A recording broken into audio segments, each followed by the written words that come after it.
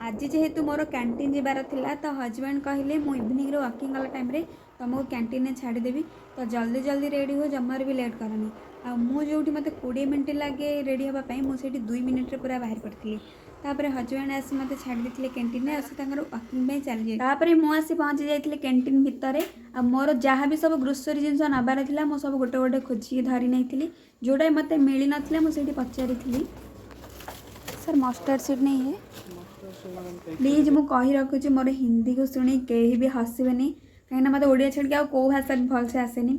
आउे ये मोर सब जिनस प्राय किणी सजाई जोड़ा दरकार थिला भी नहीं जोड़ा दरकार नाला भी सेटा धरती काले आगु दरकार पड़ो तो हजबैंड मत बेले बेले कहती तुम स्त्री लोक मानक केबे भी शॉपिंग कि कैंटीन को आनिबा ही कथा नहीं तापर ये मोर फाइनाली सजाई आ मु घर को आसती आज डिनर बनई मु पराटा को पालक आलू तो वीडियो को ये एंड कर वीडियो भल लगे प्लीज लाइक शेयर सब्सक्राइब करते रहो। टाटा बाय बाय जय जगन्नाथ।